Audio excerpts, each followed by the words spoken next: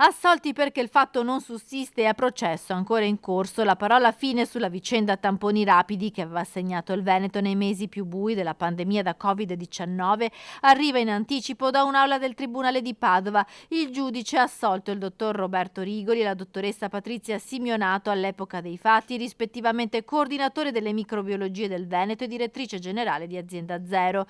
I due erano accusati in concorso di falso ideologico e turbativa d'asta, soddisfatto il legale di Rigoli e Simionato. Il dottor Rigoli è innocente, è risultato in maniera assolutamente evidente.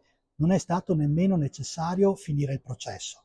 Erano stati ascoltati soltanto una parte dei testimoni che avrebbero dovuto dimostrare la responsabilità del dottor Rigoli. Ecco cosa è accaduto. L'articolo 129 del Codice di procedura penale prevede che il giudice possa pronunciare immediata sentenza di assoluzione quando, a processo ancora in corso, risulta evidente in modo assoluto l'innocenza dell'imputato. Si è acclarato che il dottor Rigoli si è comportato durante la pandemia in modo corretto ed assolutamente professionale, senza mai risparmiare le sue energie e contribuendo anche in maniera decisiva alla salute pubblica.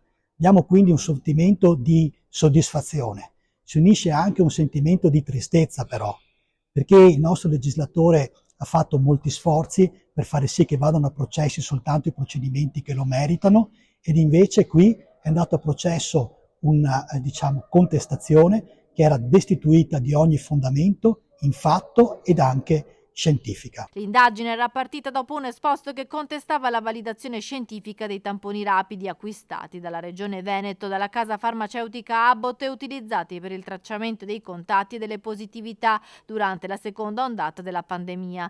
La difesa del dottor Rigoli ha sempre sostenuto che non spettava a lui una ricerca scientifica, visto che i tamponi avevano già il marchio CE. Il dottor Rigoli, presente in tribunale a Padova, ha accolto con sollievo la sentenza. Il dottor Rigoli ha dovuto subire, e la sua famiglia, un processo mediatico che ha causato importanti sofferenze. Questo non potrà mai essergli restituito.